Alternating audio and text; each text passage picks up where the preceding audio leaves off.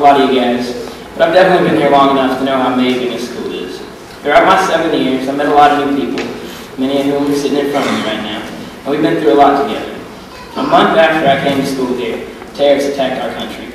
Never in my lifetime has such a thing happened, and I was, like the rest of you, shocked. I don't remember what I had for breakfast this morning, or if I had breakfast this morning, but I remember where I was on September 11th, Miss Jones's room, watching The Wizard of Oz. Miss B was our sub, and she turned off the movie to show us the news. Since then, the world has changed so much. The huge terrorism scare, the rising costs of crude oil, of gas, of living, and also we learned that almost everything that we enjoy doing is bad for the environment. That's a lot to happen in 7 years. It was towards the end of 7th grade that our country began its war that is unfortunately yet to resolve.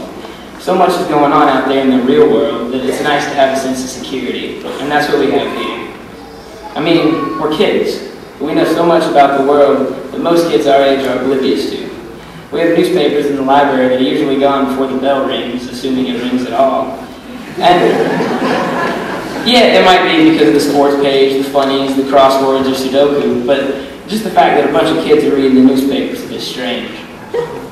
Really, with what's going on out there, we need to be reading the newspaper. I was in contemporary issues last semester, and I learned a whole lot about what was going on in the world. Really, I took the class so I wouldn't have to watch the news to know what was happening, but it really made me want to know. I mean, we've all heard the saying, ignorance is bliss, but what good does that do us? At this school, we're not allowed to be ignorant, at least not in graduating. And I really think that's a good thing. I mean, the whole lifelong learner thing's a bit cheesy, but what harm could it do? We're going on into a crazy world, and we would not be ready for it without the school. Sure, we've got college first, but that's as close to the real world as we've ever been, so we might as well be ready for it. Honestly, us being ready for the real world isn't what worries me. It's whether the real world is ready for us that could be a problem. How often do you see a group of 116 teenagers that get along as well as we do? I mean, yeah, we've got our differences, but the fact that I can honestly say that I know the first and last name of every single person I'm graduating with is pretty significant. Before I came to school here, I went to 5 other schools. That might not sound like a lot, but it was all during elementary school, and it's kind of hard to keep friends if you switch schools so often. Apparently, I was talking to my mom about this the other day. She said that I got in trouble on my first day at one of these schools because I talked during lunch. Me in trouble, that doesn't happen very often, so, you know. And really, on the first day, it was even harder. But then I came to school here, and they wanted me to talk. That was hard at first, but, you know, now once I get started, it's hard to get me to stop. And I blame that on the school. Honestly, I think we get along so well because we're pretty much forced to. I mean, we have at least 2 hours a week dedicated to us talking to each other, and I think that's pretty cool. We're kids. We like talking. We're supposed to like talking. But to be talking about Hamlet, existentialism, and socialism all at the same lunch table is pretty odd. These strange discussions that we have help to make us who we are. I mean, we're a family here. We're a weird family, but we're a family. And we stick together, you know, no matter how awkward it gets, like the 8th grade prom. Yeah, we're there, and we're all dressed up. Now what? So we kind of just stood there, listening to the Yin Yang Twins and their salt shaker. But that's all we were doing, listening. Nobody was shaking anything. And then comes Willie. Lavender suit, and alligator boots. Who does that? But we loved it.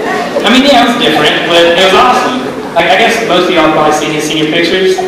Not many of us could get away with that. But he does. And it's not just things like that when we stick together. We had a few tragedies this year, too. But when the going gets rough, we're still there. Even though we might be out of our comfort zones, we help each other out. The support that we have for each other is amazing. I mean, I don't want to get all sentimental, but we really are a family. And just like families can have nice conversations at the dinner table about their days, we too can have nice conversations. It just doesn't matter where we are or what the topic is. Sure, we're forced to talk to each other for a couple hours a week, but we definitely don't stop there. We have seminars and movies at school. We have The Secret Window, The Village, Road to Finding Forrester, Forrest Gump, and Ants, just to name a few. But then what we do, at least some of us do, is we take this whole critique the movie tactic they teach us at school, and we bring it out into the world.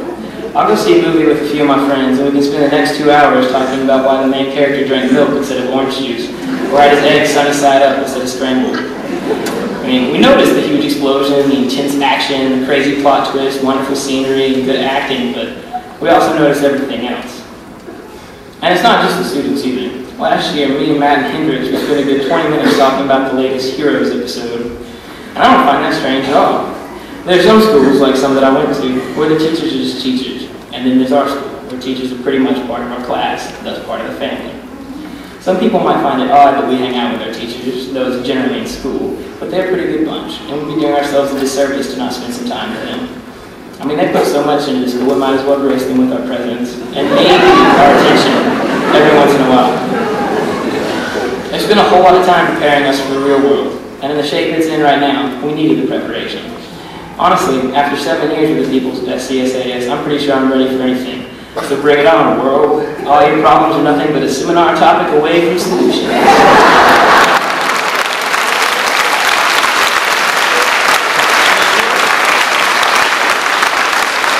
What else would you be a singing run allowed by the faculty? Where else would John Cooter be able to run through the halls like, well, you saw him.